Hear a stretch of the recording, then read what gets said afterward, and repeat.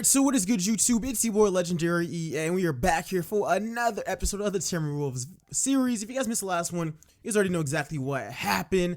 Check it out. We made a fight for the playoffs, and unfortunately, we failed.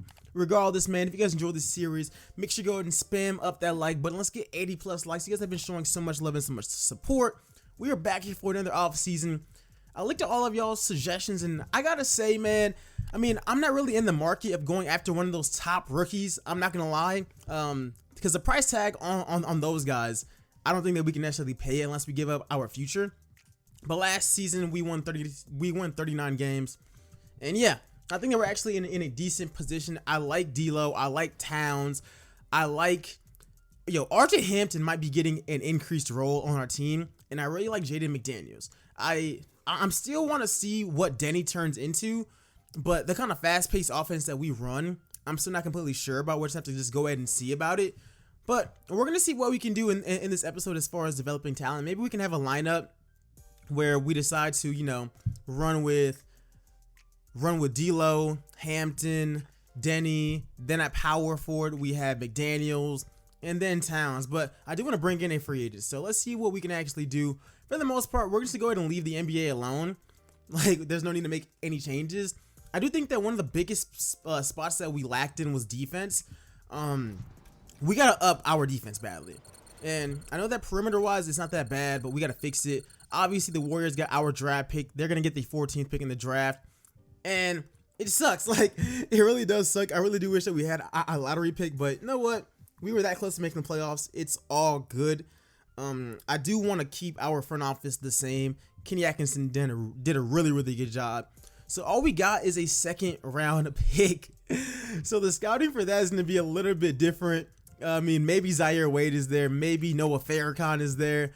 Ooh, Sharif O'Neal would actually be interesting for us to actually get. And all those guys actually have decent potential. So we'll see who's actually there. We don't really waste our pre-draft workouts because we're not gonna be trading up. Like, we're not trading up for Cade, for Jalen Green. We're not doing that. Like, the assets that we got to give up to get those guys, I don't think that we got to do that, to be real with you. But looking at it, let's just go ahead and let's send to our pick. All right, now we're on the clock. Who's gotten drafted so far? So Cade went number 1 to Utah. Jalen Green, okay, Bulls, okay. Jalen Johnson goes to the Knicks. Not bad, not bad. Okay, I mean, all this stuff so far ain't that crazy. BJ Boston goes to the Hornets. Suggs on the Thunder to learn behind Chris Paul. Not bad, actually. I mean, did any of the guys that went to our pre-draft workout get drafted? Terrence Clark fell to the Rockets at 13? That team is going to be cold. So, we do go ahead and we do trade for Zaire Wade. He got drafted a little bit before us, so we do go ahead and we make a trade for Zaire Wade. We give up, some second round picks. I mean, he is a talented player, so we do want to pick that guy up. I think that he'd be an excellent point guard for us, because if we want to go into the draft, we want to get somebody that we've already scouted, and he was the latest scout. So they take Isaiah Mobley, Evan Mobley's brother, right afterwards in the second round. So I mean, to me, everybody benefited in some kind of way, because let's be real, Zaire Wade on the Nets is not. He's not playing.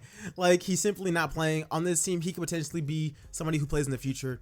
We also go ahead and we trade away Jacob Evans. We do that to clear cap room. I do target a defensive player, and that might have some repercussions for our lineup, but we'll figure it out. Malik Beasley is good, but bringing him back for the money he wants simply is not worth it, if you ask me. And then Jared Vanderbilt is a solid prospect. If we could bring him back, I'm down, but not for a crazy extension. I mean, we offer Beasley what we think is fair. He didn't really do much for us. He declined it. He wants more money, so we pass on him. We bring in Jonathan Isaac, and we also bring in Trevor Ariza, some veteran leadership in Trevor Ariza. And Jonathan Isaac can play power forward for us. That's the goal there. Him playing power forward, because he is such an amazing defender. He's a good rim protector. He's a good rebounder, and he's a great perimeter defender as well. Really athletic. So we go ahead and we make that move. So right now our lineup is looking really, really nice, but we got to decide what we want to do. I really want to start Jaden McDaniels at small forward. I mean, that's going to be happening regardless. But as far as that shooting guard spot, I mean, I could throw Denny in at shooting guard. I could easily do that. We could also put RJ Hampton, who he finished out the year so strong. So I really don't know what to do, and I'm not gonna lie, I've been contemplating this like for forever. Like what I want to do as far as we go through all these camps right here. I mean, Hampton, one of his comps is Spencer Dinwiddie. Can he play that role of just getting buckets for us off the bench? But like, I just feel like him scoring off the bench is better because Denny isn't that much of a scorer. So having Denny in the starting lineup, I think that creates consistency between the starters and the bench. So we have a beast off the bench because if Hampton comes into the starting lineup, our bench has like no scoring if we're being honest about it. But other than that, let's send basketball 101. Let's use that. And untapped potential, we can give that to, I mean, who needs it the most? I mean, we got a lot of good guys, but Zaire Wade, he could be one of the guys that we use it on. I'm not really sure. But the thing is, our team is so good. It's so young, it's so good. I understand that we didn't make the playoffs, but it can be great. So one thing that I do decide on doing is, maybe we just start it off and we give Culver some more minutes, but we have Hampton play the 6-man position. We start Denny at shooting guard. We're going to see if this is going to work. I try to compare them, but some of their ratings are so similar, and there's really no different. It's like, at the end of the day, we know every other position. We just don't know who's the starting shooting guard. We can go RJ or we can go Denny. We're not going to be doing Culver. We're not going to be doing Josh Okugi. Those are going to be guys who play a lot of minutes off the bench for us, but they're definitely not going to be starting on this team. But I like our front court of Towns and Jonathan Isaac. We got some defense and some offense there. We got a lot there. Like, we literally have a lot there, and you guys can literally see I'm just trying to go back and forth who I want to start at shooting guard. Right now, we're going to be leaving it at RJ Hampton. We're going to see how that works out. His overall, I mean, like, the thing is, this can't even really be determined by the overalls. Like, it really just depends on what we want to actually do. Granted, if Denny comes off the bench, he's the backup point guard. So they're really interchangeable. Starting lineup, they can be shooting guards. Off the bench, they can be point guards. So both of them can play make. Both of them can pass. And Denny is a decent scorer. Hampton is way more aggressive at it. So we can definitely see what we want to do here. This backup lineup would actually be very solid if you ask me. But just getting into it, some projections for this team, they have us as buying. Last season, we didn't make the playoffs, but we were so close. We're like a few games out. This season, I could easily see us being a top 4, top 5 seed.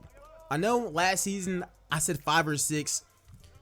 This season, I just don't see a possibility where we are not a better team. If we are, then it's time. Then it's truly time to just get over this rebuilding process and maybe even trade some of our young assets. But for right now, this is what we're gonna be rocking with. I literally go back and forth, and I keep on switching it. But the final result, I'll just start Denny and just have Hampton come off with the bench, play that Dinwiddie role for us, and we're gonna be really good. So let me know y'all's projections in the comment section below. I see us as being, 4th or 5th seed. Definitely making a playoff run and surprising a lot of teams. I'm hoping for a big year from D'Lo. Towns' numbers last season here is about 30. I definitely expect that to go down because we do want to, share the ball a little bit more. We got Jonathan Isaac for some defense. We got a lot of great guys. Our bench has a lot of defense on it as well. But anyways, guys, I hope you guys enjoyed this video. Make sure you go and like it up. And, of course, subscribe. Tomorrow we're coming back with some more NBA discussion videos and maybe even the season opener of this series. But until then, I'll see you guys later on. Peace, y'all.